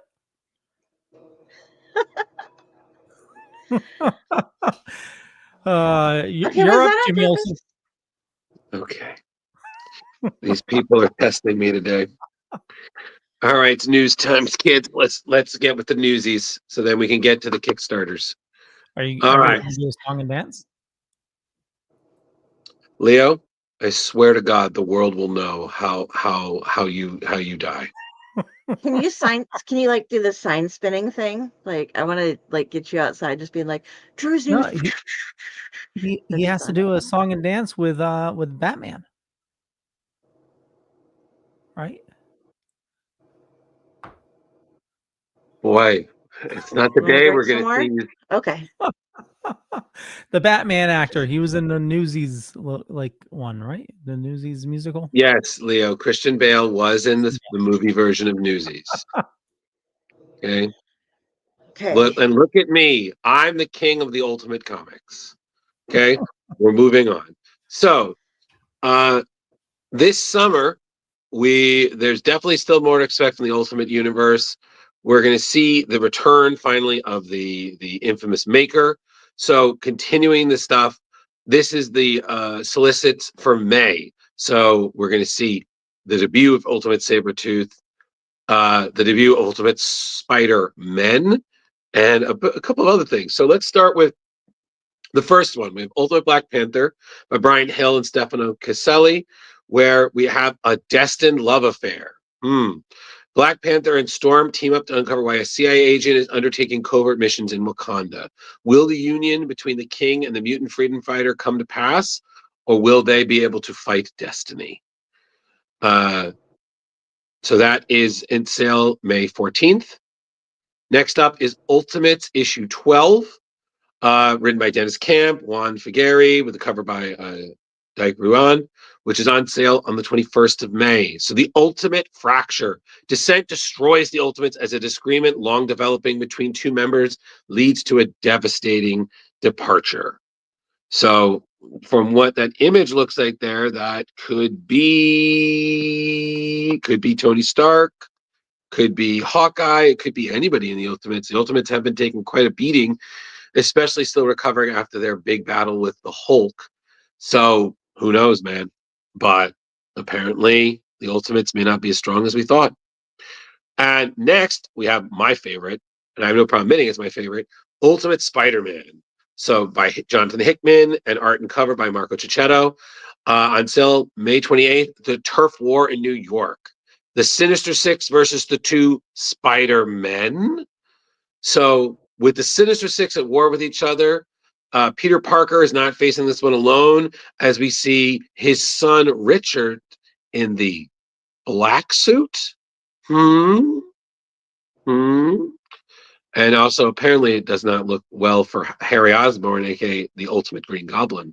So we'll have to see how that turns out. That doesn't look like Harry that's reflecting back off that. It does not. So perhaps we'll be seeing the return of a different goblin. So we'll see, Kari.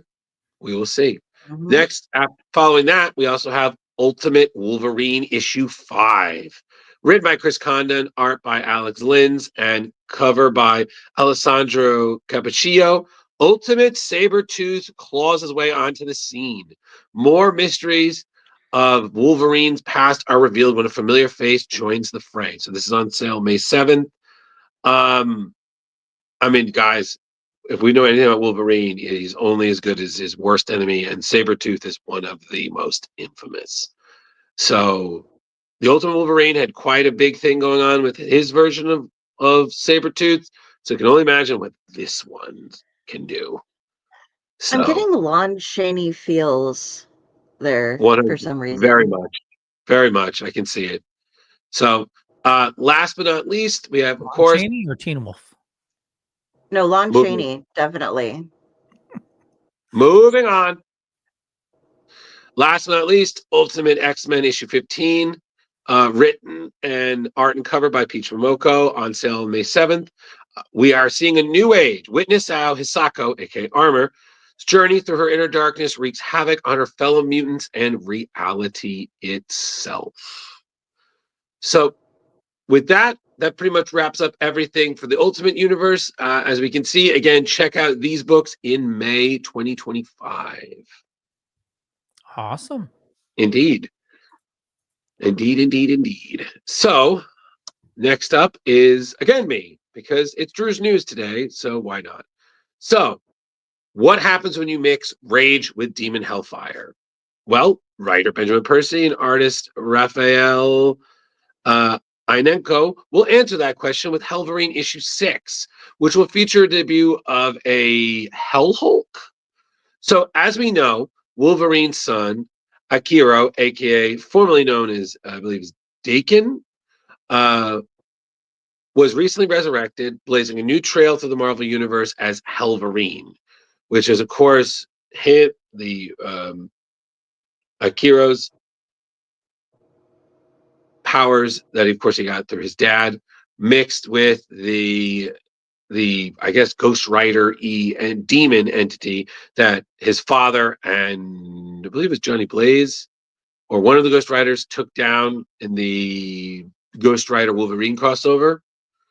And of course, as we saw in the original Wolverine series. So now a new demon emerges that will require every ounce of Akiro's new power to take down. So we have Wolverine is essentially the only one standing in the way of Hellholt's violent rampage. So as we saw originally, and Benjamin Percy goes through it, he said that Project Hellfire was a shadow program dedicated to studying and developing the science and technology of hell. So their labs, which are located deep beneath the Pentagon in a facility called the Pentangle, have discovered something horrible. All around the globe, people are driven to murderous rage, being a threat to themselves and others. So the common factor is this: the presence of a Hell Hulk, a monster who gives off infectious waves of infernal power. As Wolverine will find out, a larger pattern is being uncovered, and he's the only one that can unpuzzle the meaning and put a stop to the conspiracy. So this is a new mythology that we're seeing come up. So again, they're just him, Percy, and a bunch of us other collaborators. They're just adding more toys to play with in this sandbox. And he promises a huge story for this debut. So as we've already seen there, we were seeing that's Ianco's Hell Hulk design. We saw Kendrick Kunka Lim's main cover. There was a great cover there by Chris Campana. Again, this just looks awesome. And please check this out. This May, Wolverine issue 6. Awesome. That just looks insane. It really is. I'm a bit like, okay, so how did Hell Hulk come around? Was like Hell gamma radiated, or did they have? I'm interested in finding out. I'll have to read it so I know what this project is doing. Indeed, you will have to. Yeah, and since it's like in hell, is it opposite? So like the nicer he gets, the more stronger he gets. That's Bizarro World, Leo. Not wrong, hell. Wrong. Hell is where Country, bad things happen. Right.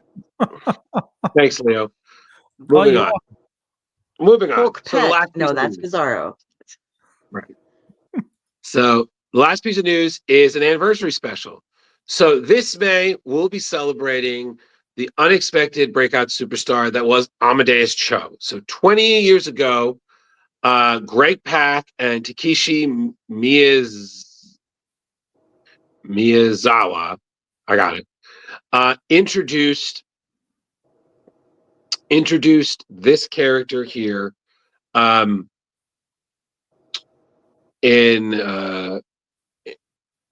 one of the most unexpected ways. And then with Rising Stars, Chris Lee and Jethro Morales, we're going to explore more of what happens. Now that Amadeus has gone from just helping out the Hulk to being a sidekick to Incredible Hercules to then becoming a Hulk himself. So this is going to be a special one shot packed with all sorts of moving and revelatory stories that are on from different stages of Amadeus's life that aren't just paying tribute to where he's been, but also set stage for his next chapter. So, for instance, we're going to have a story that has Amadeus, Hercules, and the Renegades, who was a group of heroes aligned with the Hulk during World War Hulk. We're going to return to the era of the Totally Awesome Hulk, where Amadeus and his sister Maddie Cho discover a long hidden secret that apparently is going to be heartbreaking. And then Amadeus in his Brawn era are working on a new threat and might actually show up in a new form. Again, nobody is more happy than Pak regarding the fact that Amadeus is still there. He remembers when Amadeus and his pup and Scooter were all pretty much introduced, and then how unexpectedly everything happened. And he just is so appreciative to everybody, Takeshi for the co-creation, Mark Panacci, for editing the stories, and then the great Incredible Hercules co-writer Fred Van Lent for telling so many of Amadeus's stories with him. I mean, it's just so much. So this will be out this May, and we've already been seeing a bunch of covers there. We had Derek Chu's main cover, and then there was, of course, a gorgeous cover by the amazing little Francis Yu below. Again, I was introduced to this character during World War Hulk. Then I fell in love with him during Incredible Hercules, and he's just come such a long way. And again, so glad to see him get a 20th anniversary special. So feed that brain, super genius. Nice. Yeah. But the crazy thing, Leo, is that is all the news. It is. It is. Which is a good thing. Indeed. Because I have one very lengthy Kickstarter to do tonight. So to shut up, take our money and run. Welcome to Kari's crowdfunding corner. And Leo, if you can pull up first, we're gonna go short to long. So okay. If you can pull up Axel's Infernal first out of that little folder of different crowdfunding. This is one that I'll wait till we get up here. It's all good. But no, what we have going on here, I'm going to give you guys a little bit of a preview of the Axel's Infernal Kickstarter. It has not gone live yet.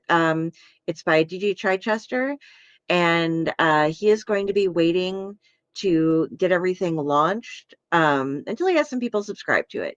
We also are going to have him on April 22nd. So this is the basic what you get. The backstory behind it, we've already gotten issue 1 out now. I have it.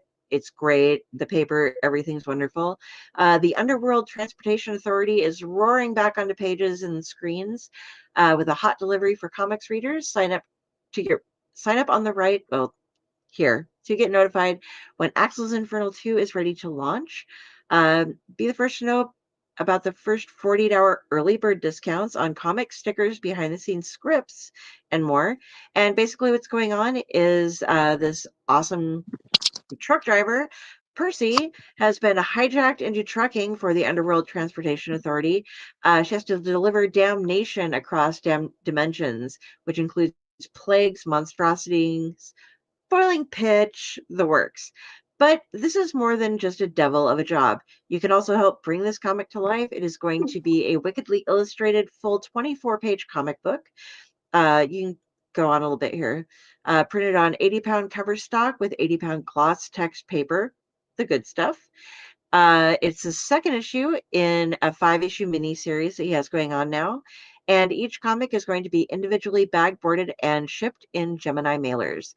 And Carl Waller has been doing all of the art for this, and it is just gorgeous. I really hope everybody gets a chance to check this out because I got the first one. We love Dan Chichester. He's just super fun.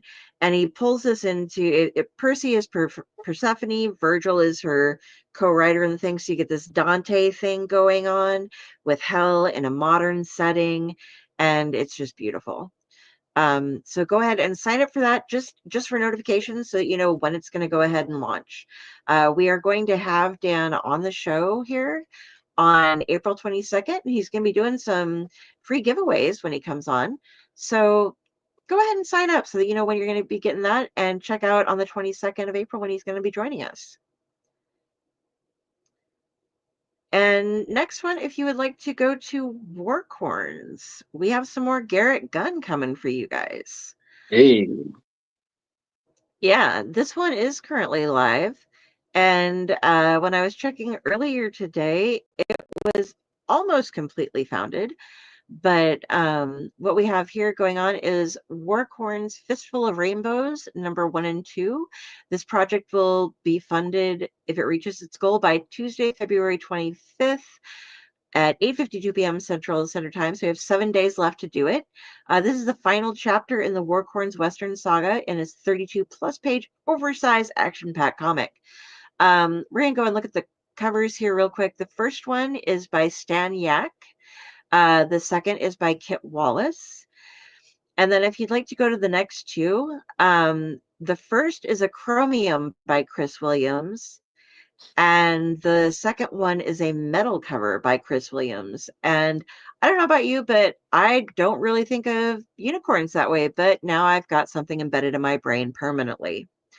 If you don't know the story so far, Warcorns are combat unicorns for hire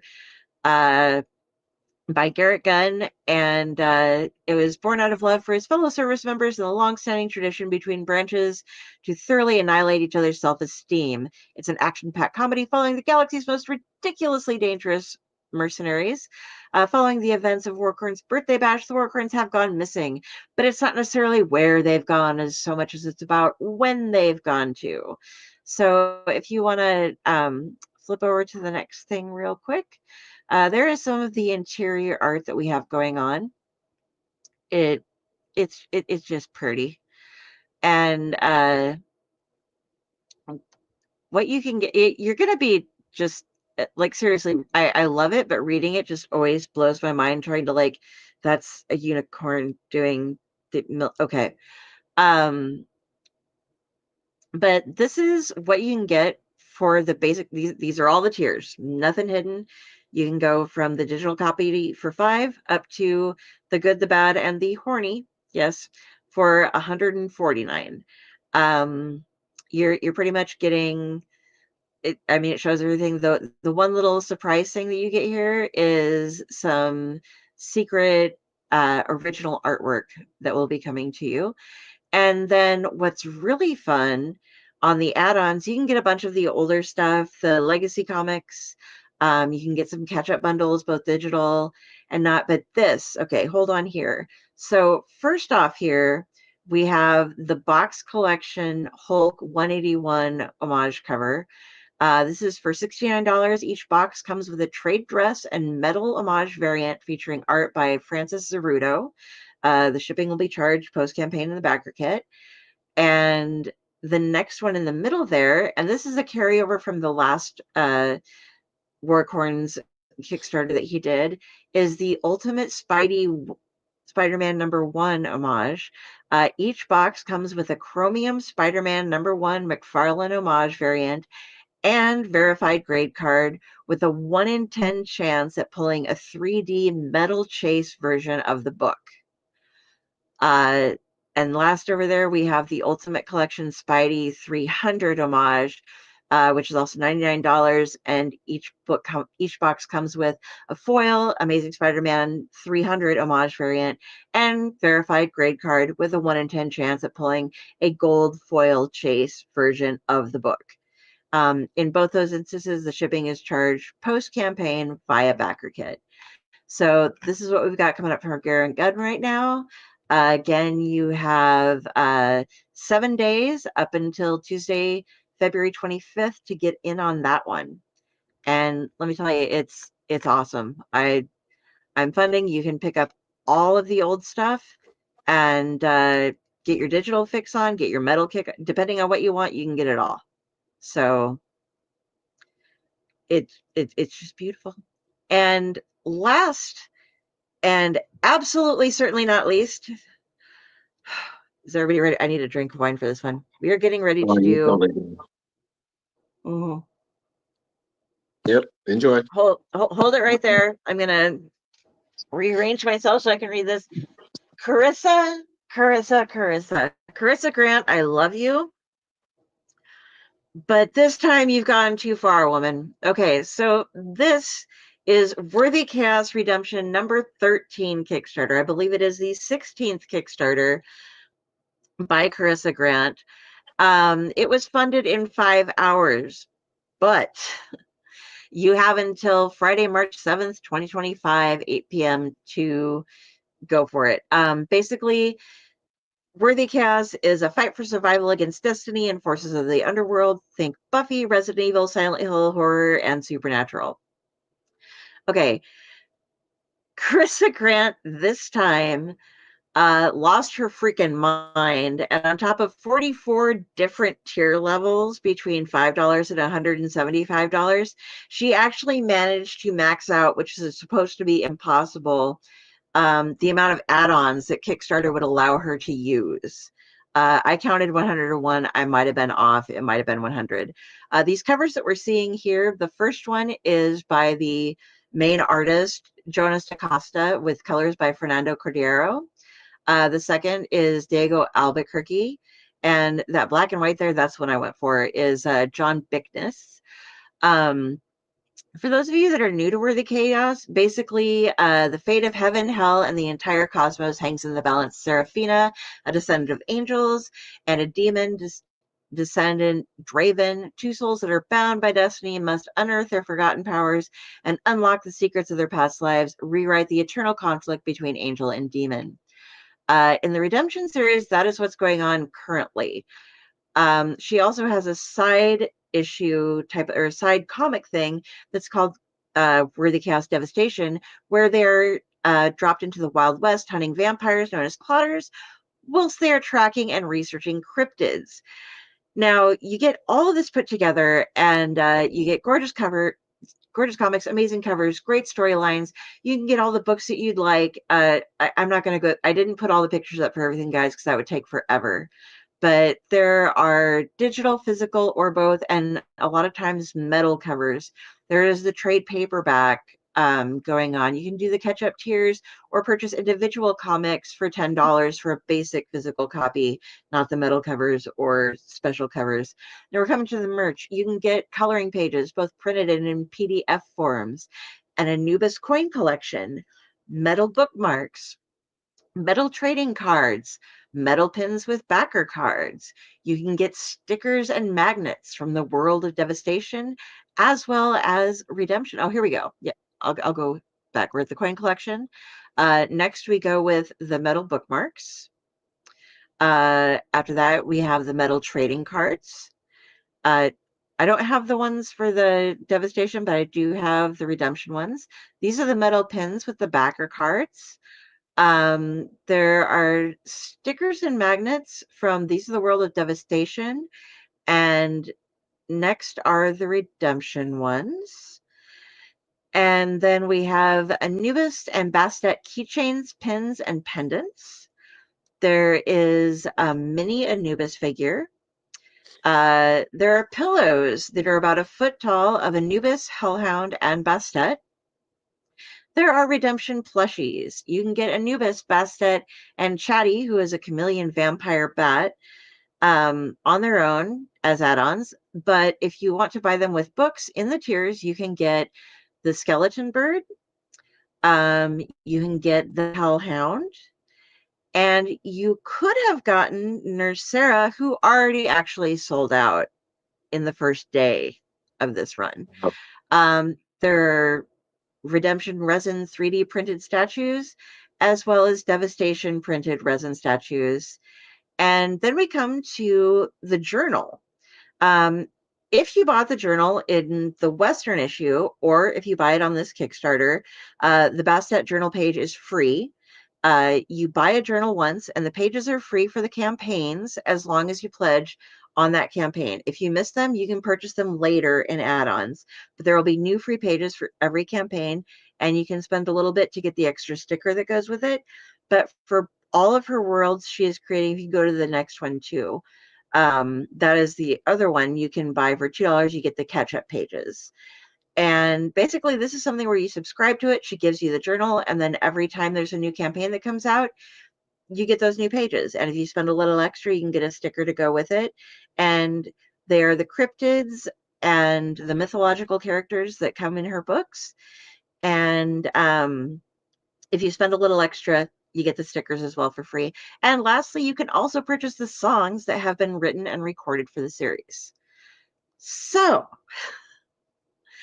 I just go check out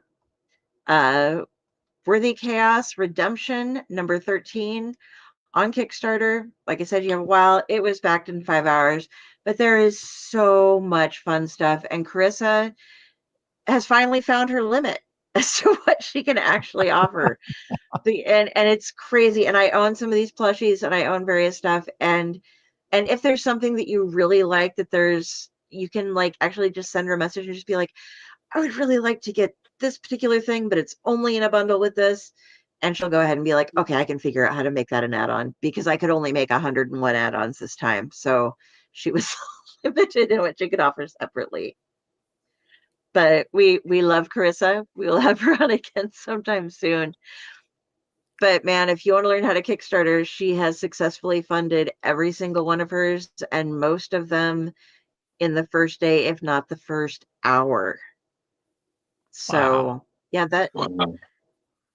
yeah, so that covers, and I mean, like, those, she hit big ones are sold out, and things are selling quick on some of the limited editions on things. So it's not just like a shit ton of people are buying PDFs. People are buying the like combination big packs of things going out. So wow. So yeah, okay. Hop on the Worthy Cast. You can buy PDF or full physical copies and get caught up on the whole train of everything, and start collecting all the little knickknacks and buttons and coins and keychains and figures and plushies and everything yourselves. I love you, Carissa. You drive me crazy sometimes, but I love you so much. And your merch is awesome. That's the other thing. Like, I do have them, and they are really, really cool. It's all very quality made stuff. So that's all we have today for Kari's crowdfunding corner. Thank you, Kari. Yeah. Well, on that note, I think, actually, Drew, who do we have next week? Oh, it's my turn? Okay, cool. Yep. Thank you, everybody, for joining us. We really appreciated it tonight. Being clean shaven is really weird looking at myself, because I feel like all I can see are my eyebrows. They're just there, like judgmental caterpillars sleeping on my face. Sorry. Our guest.